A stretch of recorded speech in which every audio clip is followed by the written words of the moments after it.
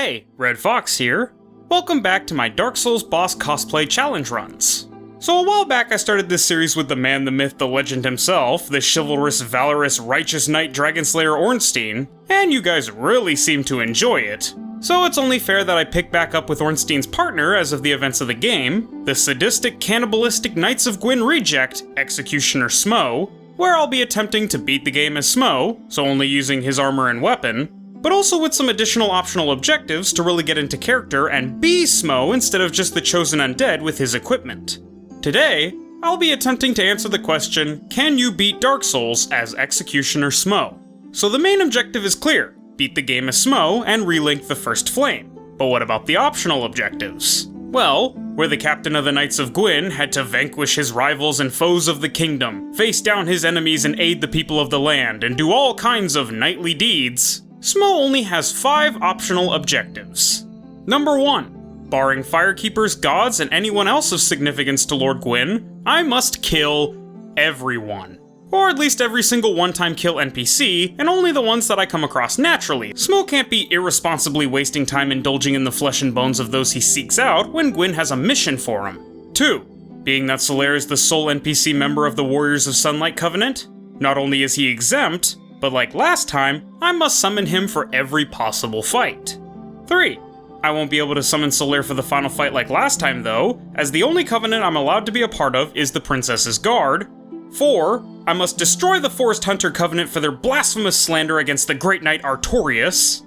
And finally 5. I must collect all the rings of the Knights of Gwyn since Smough is like their #1 fan. Well, them's the rules, not much else to it, so let's get to the carnage and mayhem. To start, this is my starting build, but being that these runs have to take place on NG+ for me to play through the entirety of the game with Smough's equipment, these are our starting stats. A build courtesy of Reddit user Bidoof Senpai, that name stings a little after the technical difficulties that made me scrap the Pokemon Challenge run, but the build, which I'll be completing after the tutorial level, is 50 Vitality for pretty much max HP since Smough has about 700 more hit points than a player can even have at 99 Vitality, 42 Endurance so that I can have at least medium rolls with Havel's Ring, and 66 Strength for max 2-hand AR on our +4, soon to be +5 Smough's Hammer.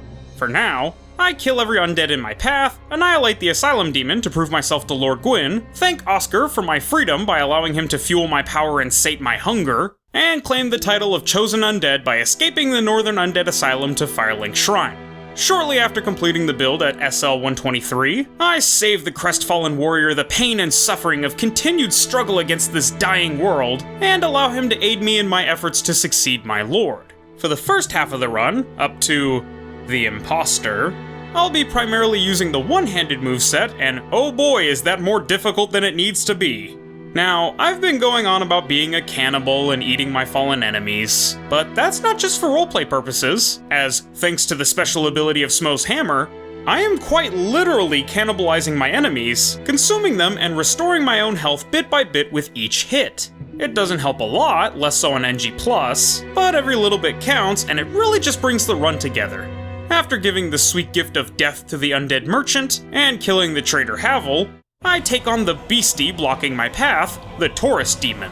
As to be expected, a pitiful creature so small and weak can't possibly hold a candle to the immense strength of the Executioner of Anor Londo, one of 2 of the Princess's guards, and a man so powerful, he alone is strong enough to wear his mighty armor and wield his crushing hammer.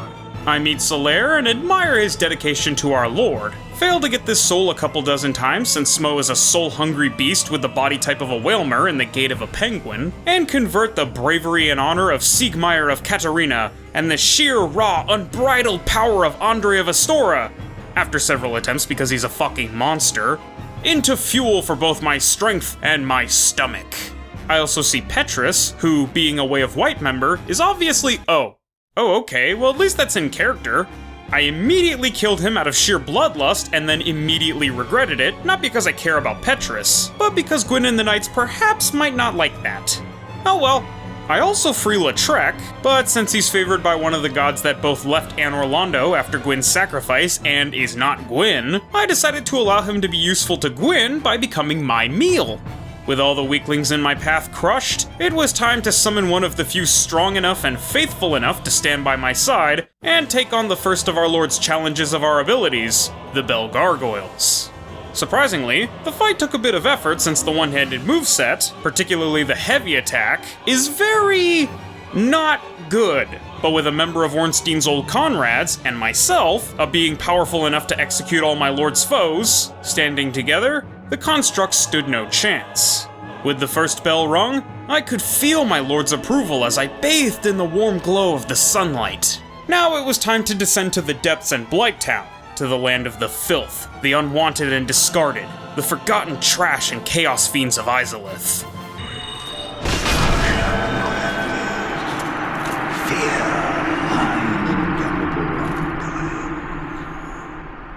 You know, killing and eating a priest probably isn't a good first start to my adventure, but I'm sure Gwyn will forgive me if I save the Age of Fire. After slaying a Titanite demon to strengthen my hammer as the bones of my foes that I grind into food strengthen my body and soul, I devour the intellect of a great sorcerer who locked himself in a house. Yeah, that's probably not going to help much. And next is the Capra demon. Normally a powerful foe with even more powerful backup, the double Dark Souls dogs. My hammer's immense power and my vast poise make short work of the pups, and reduce one of Gwyn's demonic foes to nothing but a stepping stone to be left by the wayside. A speck of dust on the road to the kiln of the first flame. I crush the fiendish chaos worshipper Laurentius, and reduce Domhnall to mush as thanks for helping me to acquire my armor in the first run, and though the gaping dragon is a shadow of the stone-scaled, winged beasts that the mighty Gwyn, Lord of Sunlight, and his armies used to do battle against in the height of their superiority. And Solaire, while a fellow man-at-arms of the Sunlight Army, is certainly no Ornstein. For the first time since setting out on this journey, I truly feel like I'm one of Gwyn's honored knights, that I deserve to stand side by side with the likes of the Knights of Gwyn to fend off the dragon menace and save the kingdom of Anor Londo. But alas, the feeling is short-lived as both Solaire's assistance and the Gaping Dragon's pitiful life are cut short. I descend to the squalid, disgusting rubbish that is the remnants of whatever Blighttown was before it stood as a mockery of Lord Gwyn's kindness to humanity, and as a monument to Lord Gwyn's failed sacrifice. And once I made it to the bottom, I defeated a kindred spirit, and decided to accept her aid in the battle against the horrendous monstrosity that remains of one of the foolish daughters of the witch who thought her soul was as my lord's, and paid grievously for her folly. Due to the combination of my garbage one-handed moveset, my being too greedy too often, and some other third thing to complete this list, I failed my first attempt, but Maneater Mildred and I were able to fell the Chaos Witch on the run back.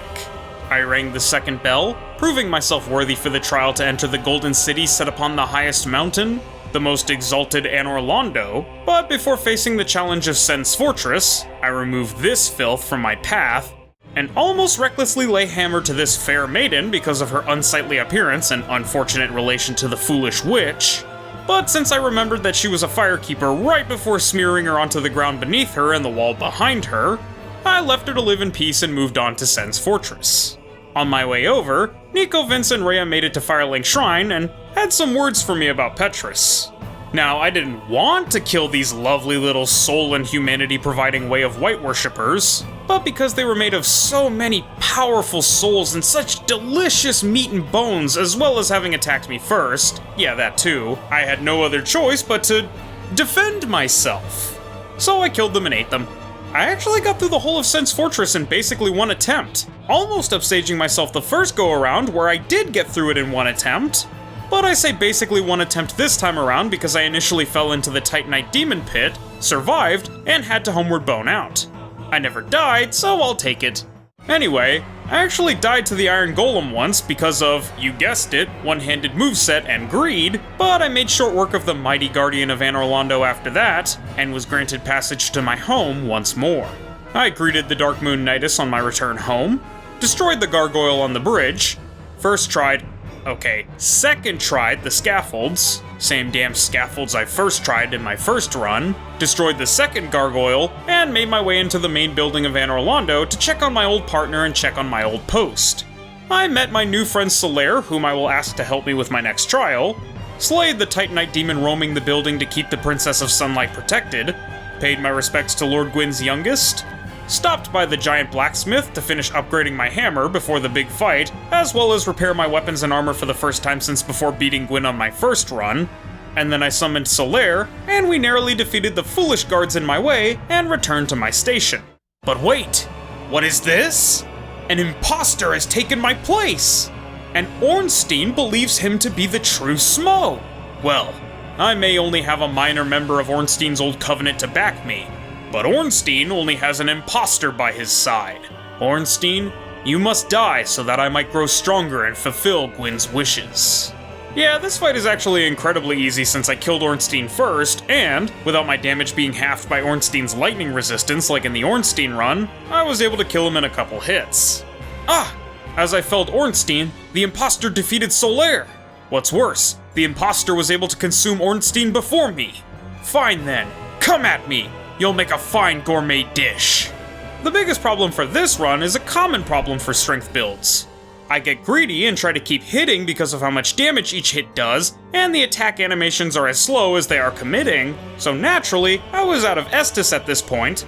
But since I have over 50 humanity from 2 whole runs, I just use those whenever I'm in a bind and smash this poser to bits.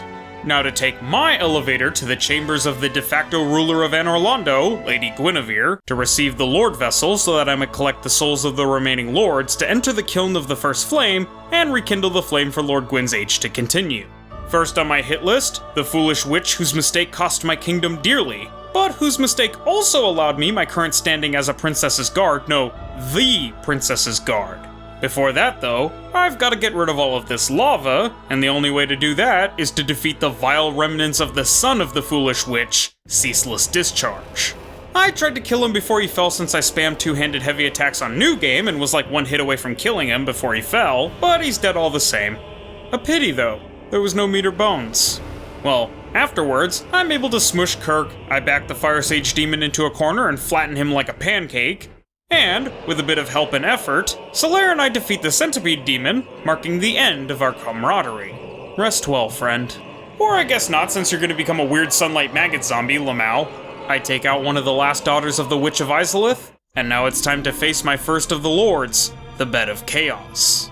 I try to do it the easy way, you know, right bug, save quit, left bug, save quit, then the witch herself, but because of my massive, dumpy, double wide load dump truck ass making me slow, bullshit buggy pathing and collision, and just general Lost Izalith late game development bullshit, that middle section is a bitch to get done.